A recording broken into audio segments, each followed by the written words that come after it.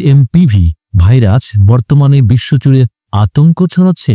বিজ্ঞানীরা বলছেন এটি হতে পারে পরবর্তী মহামারীর কারণ। এই ভাইরাস কি আপনার জন্য বিপজ্জনক? কিভাবে এটি ছড়াচ্ছে এবং এর ভয়াবহতা কতটা? এই ভাইরাস কি সত্যিই একটি বড় হুমকি?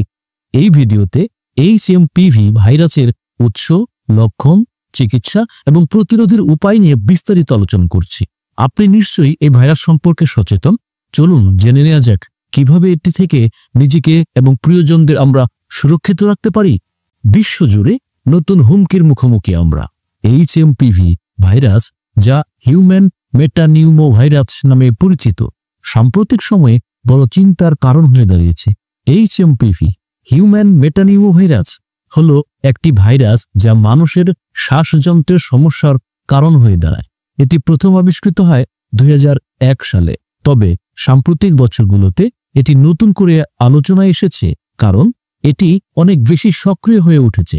এই ভাইরাস মূলত শিশু, বয়স্ক এবং যাদের রোগ প্রতিরোধ ক্ষমতা কম তাদের জন্য সবচেয়ে বেশি বিপজ্জনক। এই ভাইরাসটি মূলত হাঁচি, কাশির মাধ্যমে বাতাসে ছড়িয়ে পড়ে। সংক্রমিত ব্যক্তির ব্যবহার করা কোনো বস্তু স্পর্শ করার পর যদি মুখ, চোখ বা নাকে হাত দেওয়া হয় তাহলে এই ভাইরাস শরীরে প্রবেশ করতে পারে। এটি খুব দ্রুত ছড়ায়, বিশেষ করে জনবহুল এলাকায়। এইচএমপিভি ভাইরাসে আক্রান্ত হলে সাধারণত দেখা যায় জ্বর এবং শ্বাসকষ্ট, প্রচণ্ড কাশি, গলা ব্যথা এবং ক্লান্তি, গুরুতর ক্ষেত্রে নিউমোনিয়া এবং ব্রঙ্কাইটিস হতে পারে।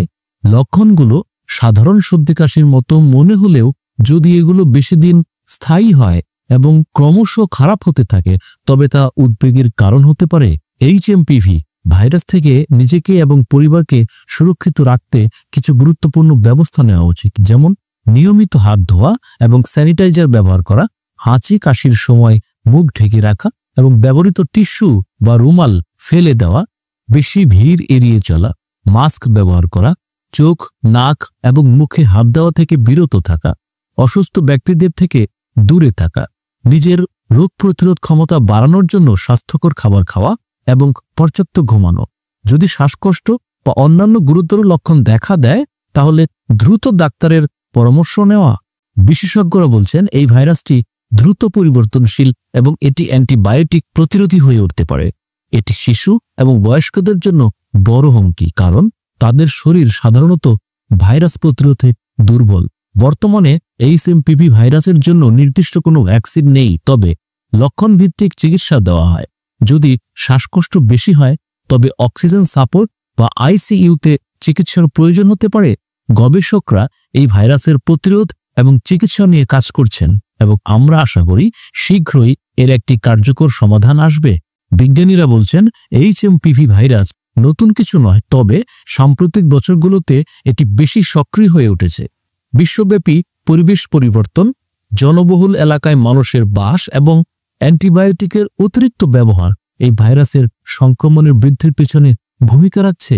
এইচএমপিভি ভাইরাস সম্পর্কে সচেতন হওয়া এবং সঠিক পদক্ষেপ নেওয়া এখন আমাদের সবার জন্য অত্যন্ত জরুরি।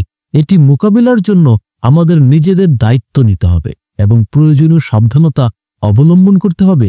যদি আপনি ভিডিওটি উপকারী মনে করেন তবে আপনার বন্ধু এবং পরিবারের সঙ্গে শেয়ার করতে ভুলবেন না।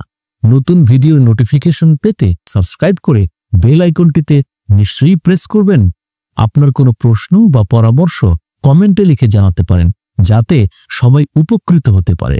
ধন্যবাদ।